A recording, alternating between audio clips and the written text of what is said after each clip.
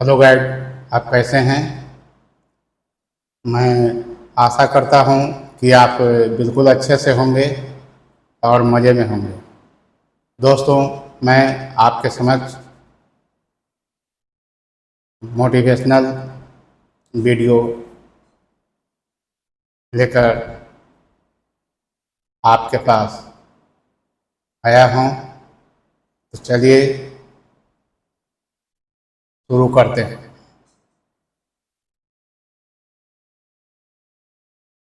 लोग जाते हैं भगवान के पास अपनी इच्छाओं को लेकर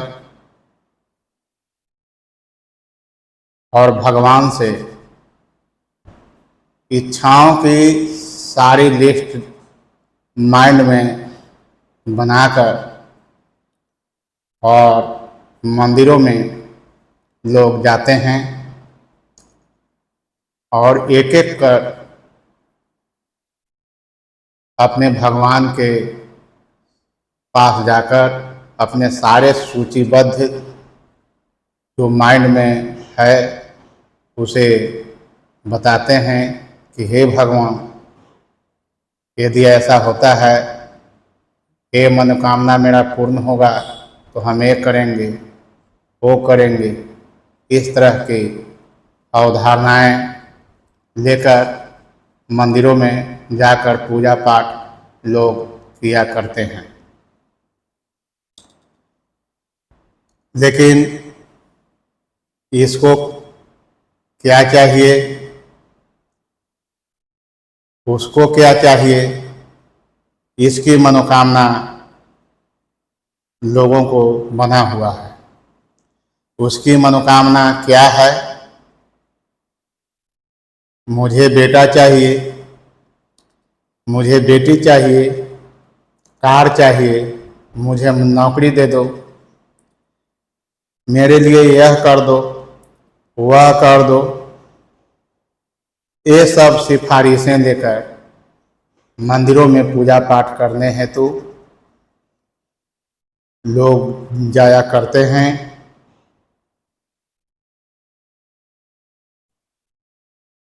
और यह भी कहते हैं कि हमारा सभी काम हो जाना चाहिए। यहाँ तक कि लोग कहते हैं कि यह लो जी, हमारा काम हो जाना चाहिए और अगर हमारा काम हो गया तो 10 और मिल जाएंगे। भगवान के साथ भी यही करते हैं। भगवान यह ले, हमारा काम हो जाना चाहिए, हो जाएगा तो हम 10 और लाएंगे, तेरे लिए हम यह करेंगे, तेरे लिए हम वह करेंगे, पर काम हो जाना चाहिए। पूछे कोई क्या काम हो जाना चाहिए, इससे बड़ा काम क्या है कि आपको श्वास चल रहा है, हृदय चल रही है, शरीर चलायमान है। इससे बड़ा काम हो ही क्या सकता है। लेकिन लोग महसूस नहीं करते कि भगवान ने जो मुझे कुछ दिया है वह बहुत कुछ दिया है। भगवान का लाख लाख शुक्र कि हमें स्वस्थ बनाया, निरोग बनाया और जीते जीते जी सारा चीज को मैं देख रहा हूँ, महसूस कर रहा हूँ। ये भगवान से ऐसा शुक्रिया नहीं लोग करते। यही नहीं रहे तो किस चीज की इच्छा करोगे। यदि श्वास जिस दिन लोगों को रुक जाएगी, उस दिन सारी इच्छाएं, मनोकामनाएं वहीं की वहीं रह जाएगी और तुम क्या हो उसकी भी यही होगा कि तुम्हें भी बाहर लोग कर देंगे कि अब इससे इच्छा करना नहीं है, यह दुनिया में नहीं रहे। तो जीते जिंदगी आदमी का हर एक व्यक्ति को यह महसूस करना चाहिए, हिंदू हो, मुस्लिम हो, सिख हो, ईसाई हो, भगवान किसी से भेदभाव नहीं करते। क्या सूरज चमकता है तो सबके लिए चमकता है? थोड़े ही है कि हिंदू के लिए अलग है और मुस्लिम के लिए अलग है, सिख के लिए अलग है, ईसाई के लिए अलग सूरज है। ऐसा तो प्रकृति इंसान के साथ भेदभाव किया ही नहीं। श्वास, एक एक श्वास यदि ले रहे हैं तो एक निर्धन व्यक्ति भी ले रहा है, एक अमीर व्यक्ति भी ले रहा है। चाहे वह किसी भी जाति संप्रदाय से क्यों न हो, प्रकृति को क्या मतलब? जाति, भेदभाव, ये सब सारा चीज हम लोग बनाए हुए हैं। इस आडंबर में इतना लोग जकड़ करके रखे हुए हैं कि क्या कहना है।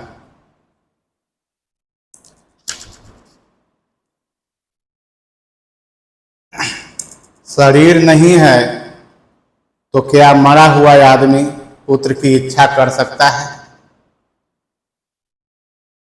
कर ही नहीं सकता।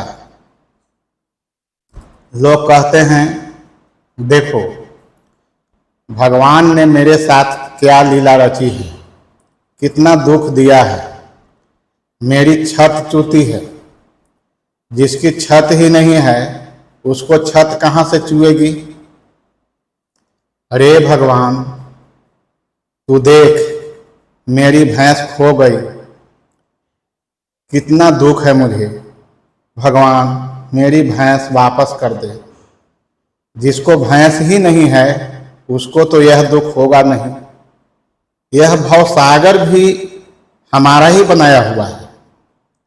बात समझ की है, बात स्पष्टता की होनी चाहिए।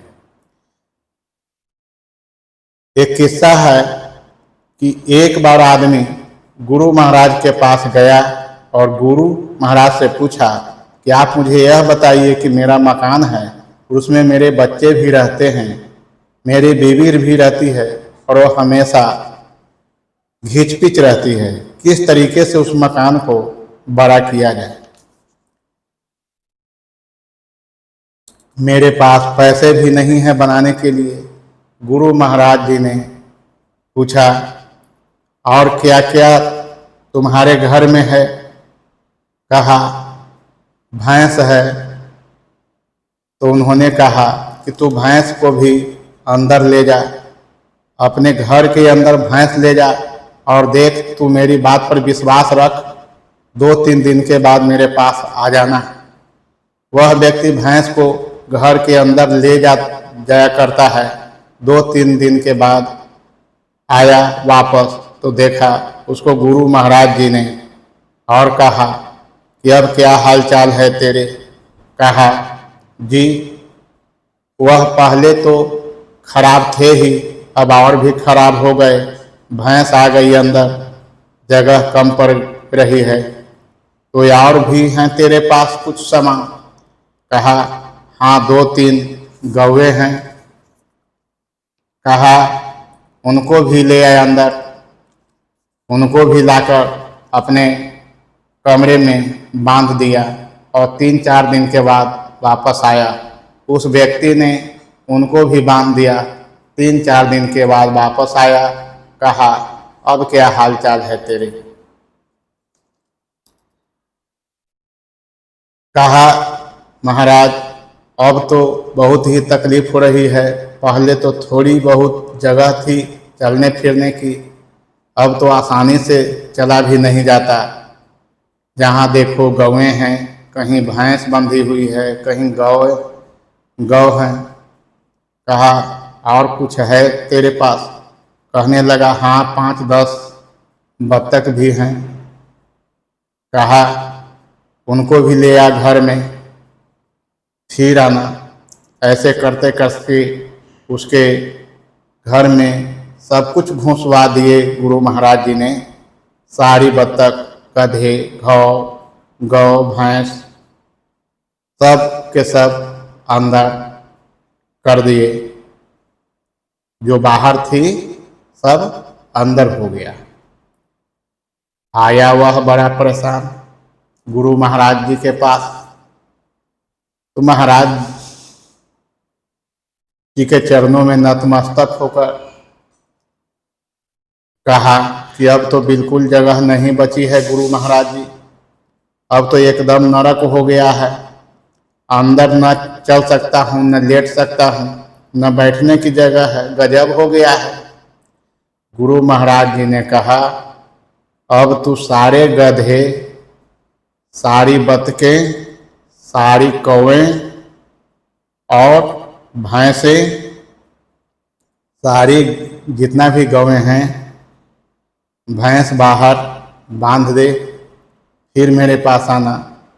तो वह गया घर में, भैंस को निकाला, गौओं को निकाला, बतखों को निकाला, गधे को निकाला, जो भी अंदर था वह सब निकालकर बाहर बांध दिया। वापस आता है तो कहता है कि महाराज अब तो इतनी जगह हो गई कि पूछो मत, अब तो जगह ही बदल गई है, आपने तो कमाल कर दिया। तो बात है दृष्टिकोण की। जो मिला है उसे स्वीकार करने की। हम लोग इस दुनिया में इतना कंधों पर बोझ लेकर चलते हैं। बोझ किस चीज का है? माया का बोझा है। सचमुच में मनुष्य की ऐसी नींद लगी है, इस तरीके से सोया हुआ है, उसको मालूम नहीं, जैसे बेहोश की तरह। आज संसार की देख लो, जो कुछ भी आज हो रहा है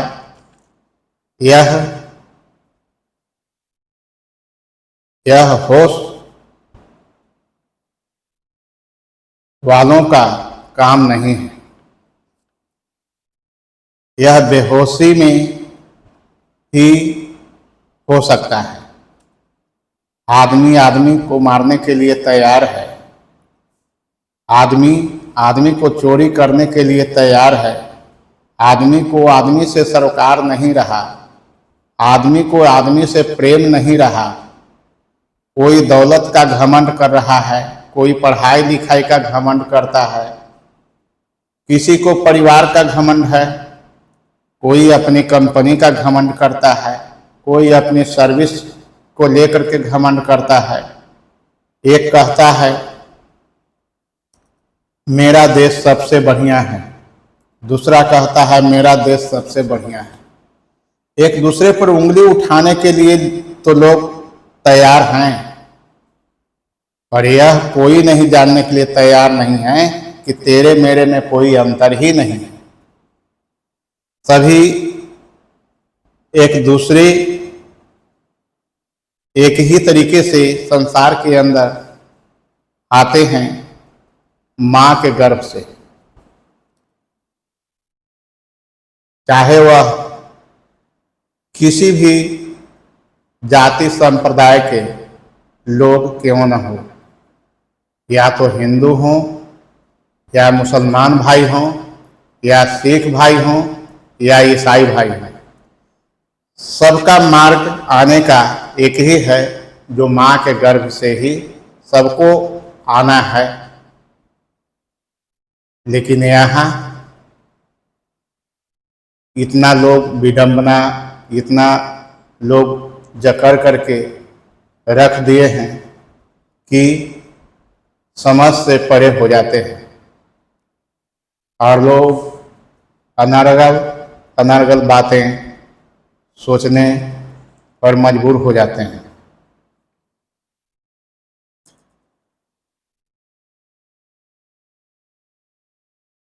एक विदेशी भी है, वो भी माँ के गर्भ से ही पैदा हुआ है। यहाँ तो हिंदू, मुस्लिम, सिख, ईसाई 4 संप्रदाय है, लेकिन इसके अलावा दुनिया में और कोई है? लेकिन देशी हो या विदेशी हो, सबको आना है माँ के गर्भ से ही।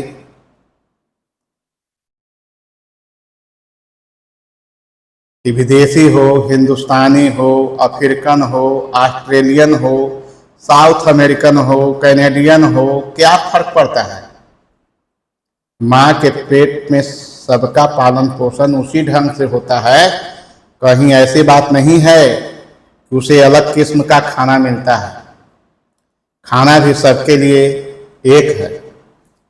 यह नहीं कि कोई औरत अमीर तरीके से अमीरी खाना खाती हो, उसके बच्चे को उसके पेट में अमीरी खाना मिल रहा हो।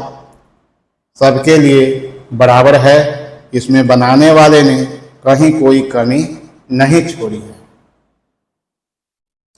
परंतु कब इस बेहोशी से, इस नींद से मनुष्य जागेगा? जगाने वाला आता है और जगाने वाले का हृदय को इंतजार भी रहता है, क्योंकि हृदय सोना नहीं चाहता। हृदय को बेहोशी का हालत पसंद ही नहीं है। सबके घट के अंदर प्यास लगी है और सबके घट के अंदर वह प्याला है। मैं तो यह समझता हूँ कि जब हृदय की प्यास बुझ जाएगी तो सारी प्यासें बुझ जाएगी। जब हृदय की प्यास बुझ जाएगी, जब हृदय में शांति हो जाएगी, तब क्रांति की कहीं जरूरत नहीं रहेगी। फिर लड़ाई की कोई जरूरत नहीं रहती। समझने की बात है, क्योंकि मैं लोगों को बचपन से ही देखता आ रहा हूँ। मनुष्य एक जीती जागती चीज को किस तरीके से पिंजरे में डालना चाहता है। मैंने देखा कि हमारे गुरु महाराज जी के पास दुनिया भर के लोग आते जाते रहते हैं।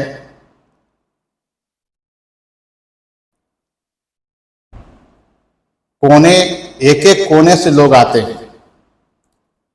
क्या देते हैं उनको नहीं मालूम। सुना है कि कुछ देते हैं। हृदय की बात है, हृदय की बात हृदय जाने, मन की बात मन जाने।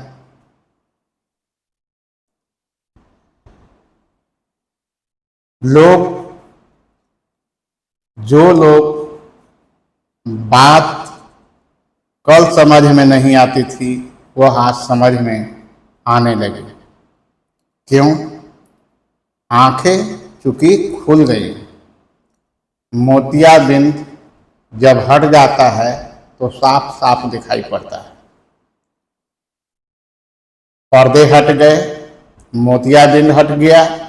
जब पर्दे हट गए, जैसे जैसे बादल होते हैं, बादल सूर्य को छिपा देते हैं। जब हवा चलती है, बादल इधर उधर होते हैं, तो सूर्य की रोशनी भी फिर सारे संसार में छाने लगती है। ठीक उसी प्रकार से भ्रम के बादल भी हैं। परंतु भ्रम हुआ कहाँ से? मतलब भ्रम पैदा कहाँ से हुआ? तो लोगों को संशय कहाँ से पैदा होता है?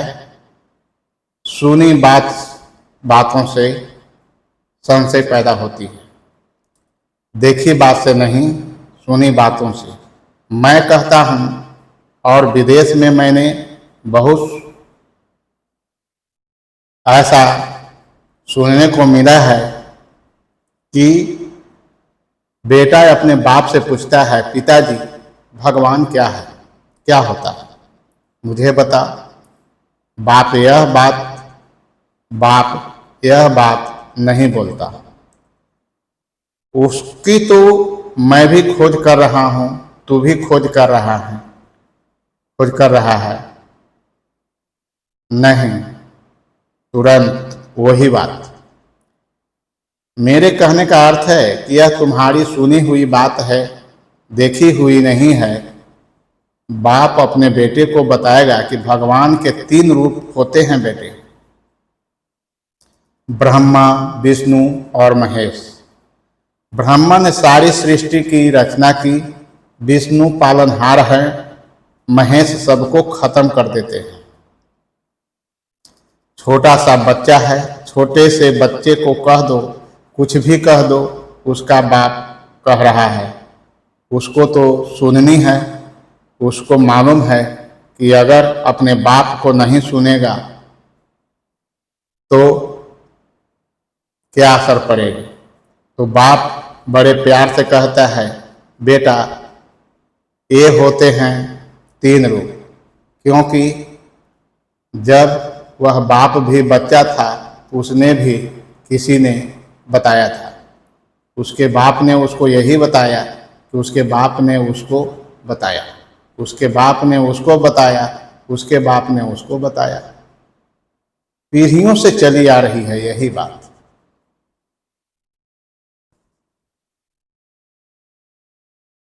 बेटा कहता है,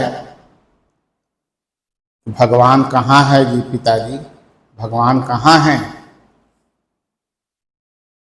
पिता ने जवाब देते हुए कहता है कि वह निराकार है, सब जगह है, जमीन में भी है। बेटा कहता है कि जमीन में भी है, तो आप भगवान पर खड़े हुए हैं। बेटा, बाप कहता है, नहीं बेटे, नहीं, ऐसी बात नहीं है, जमीन में भी हैं और हम नहीं खड़े हुए हैं, जहाँ हम खड़े हुए हैं वहाँ नहीं है। बाप ने ऐसा जवाब दिया। अब बताओ, लोग यह नहीं सोचते कि अगर कोई सच्ची बात बोले तो क्या बेटे में खराबी आ जाएगी।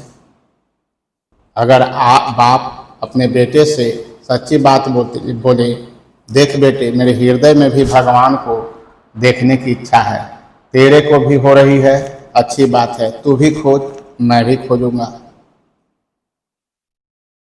मुझे पहले मिल जाए तो मेरे को बता देना, और मेरे को पहले मिल गया तो मैं तेरे को बता दूंगा। दोनों एक ही गाड़ी पर मतलब बैठे हुए, एक ही जहाज में बैठे हैं, कोई आगे बैठा है, कोई पीछे बैठा है। तो लोग तो हो जाते हैं इसी तरह से, तैयार हो जाते हैं। अजी, हमको मालूम है कि तुमको नहीं मालूम है, सारा संसार इसी चीज में लगा हुआ है। क्यों है जी ऐसा? आपको कैसे पता लगा कि भगवान के ये 3 रूप होते हैं? इसलिए क्योंकि किताब में लिखा है।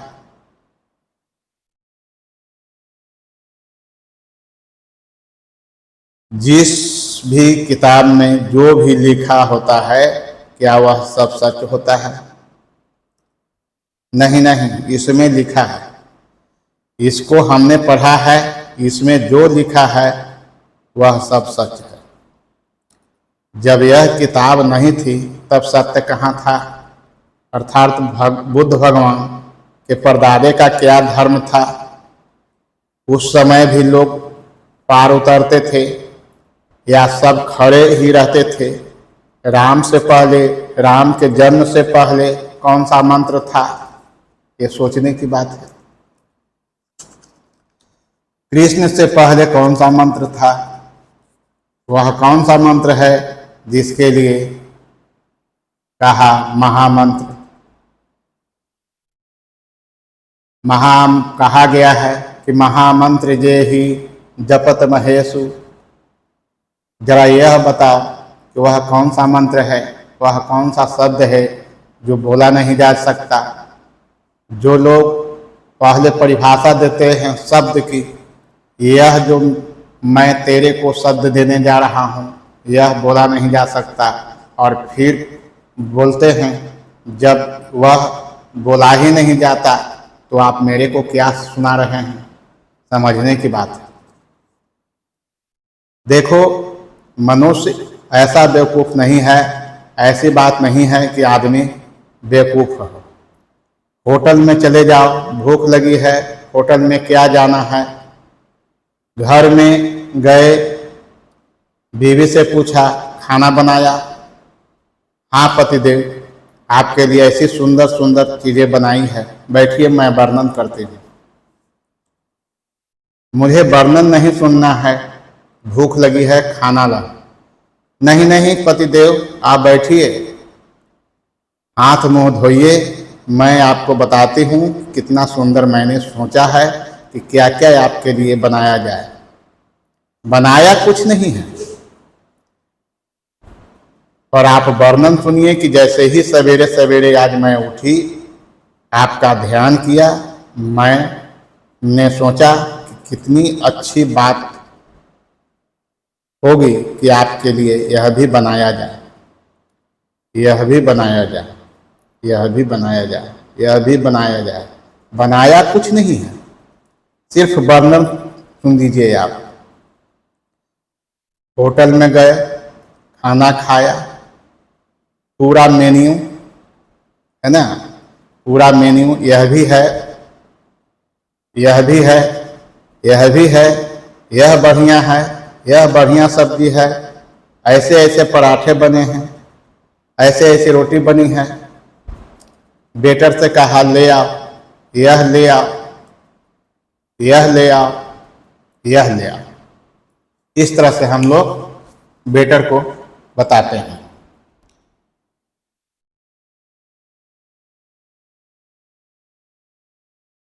वेटर कहता है ना जी, लिस्ट में पढ़ लीजिए, लिखा है, इनको पढ़ लीजिए आप, खाने की क्या बात है। खाना तो लोग खाते ही रहते हैं, आप तो पढ़ लीजिए, इसमें वर्णन देखिए, कितना सुंदर वर्णन है इसमें। कहा है, प्यास लगे प्यास के पास गए, पानी दे देना भाई। पानी नहीं है जी, परंतु आप जरा खड़े रहिए, हम आपको सुनाते हैं कि कितनी सुंदर चीज है जब पानी मिलता है। आपके तो होठ भी बड़े सूखे हुए हैं, आपके गले भी खराश है, और आपको प्यास भी बहुत लगी है। ठंडा ठंडा पानी आपको मिले और आपको उसको अपने होठों पर लगाएं और वह पानी अंदर जाए, सारी खुश्की मिटाए। कितना सुंदर होगा कि आपको पानी मिले। तो पानी है भी, वर्णन सुन लो। पानी का क्या करोगे? कोई जमीन खरीदने किसी के पास जाए, मुझे जमीन खरीदनी है, कहा पैसे दे दो, हम तुमको इस जमीन की फोटो दे देंगे, इस फोटो में तुम अपना घर बना लेना। बुलाया कलेक्टर को कि घर बनाना है भाई, यह प्लान है, घर बनाना है, वह भी बैठ जाए। जी आप चिंता मत करिए, आपका घर कैसा होना चाहिए, हम आपको हर रोज इसका वर्णन सुनाएंगे। क्या करोगे ऐसे कॉन्ट्रैक्टर के साथ, क्या करोगे ऐसी बीवी के साथ जो खाना नहीं बनाती है पर वर्णन करती है खाने का, गुस्सा नहीं आएगा? यह क्या बदतमीजी है। मेरे को भूख लगी है, खाना खाना है, खाना पकाने की जरूरत है, पानी पीने की जरूरत है, मानसिक बात नहीं है इसमें, वर्णन की बात नहीं है इसमें, मुझे तो खाना खाना है। रेलगाड़ी में जाओ, रेलवे स्टेशन पर जाओ कि मुझे दिल्ली जाना है, टिकट दे दो, यह है टिकट। रेलगाड़ी कहाँ है जी, तुमको रेलगाड़ी की क्या जरूरत है, बैठ जाओ, हम आवाज करेंगे ऐसी जैसे रेलगाड़ी चल रही है, और तुम बैठे बैठे कल्पना करते रहो, कल्पना करते रहो कि तुम दिल्ली की तरफ जा रहे हो। ऐसे कैसे काम चलेगा? मनुष्य के साथ भी यही बात हो गई है। क्या अनुभव किया है? कहते हैं लगे रहो बेटा, जब मर जाओगे तो कल्याण हो जाएगा। अब मेरे को कोई कह दे या तो मैं कहूँगा उसको, जब मैं मरूँगा तो तेरे को साथ ले जाऊँगा, मगर कल्याण नहीं हुआ तो कम से कम तेरे को भी साथ ले जाऊँगा। लोग कहते हैं अगला जन्म हो जाएगा, अगला जन्म होगा। एक भजन है उसमें कहा है, फिर ना मिलेगा बंदे मानुष जन्म, फिर ना मिलेगा। तो साफ लिखा हुआ है कि फिर ना मिलेगा बंदे। बंदे का मतलब है तुम्हारे लिए, तो वो दोबारा मनुष्य जन्म नहीं मिलेगा। पर लोग कहते हैं जी मिलेगा, कैसे नहीं मिलेगा। क्यों आदमी इस चीज़ की कल्पना करता है कि उसको फिर एक बार मिले? क्यों, किसको मालूम है? अच्छे तरीके से उसको मालूम है, चाहे वह इस बात को मानना चाहे या नहीं मानना चाहे। यह जन्म तो खो दिया, यह जन्म तो बेकार हो गया। इस जन्म में तो सिर्फ आशाओं और कल्पनाओं में लोग लगे हुए हैं।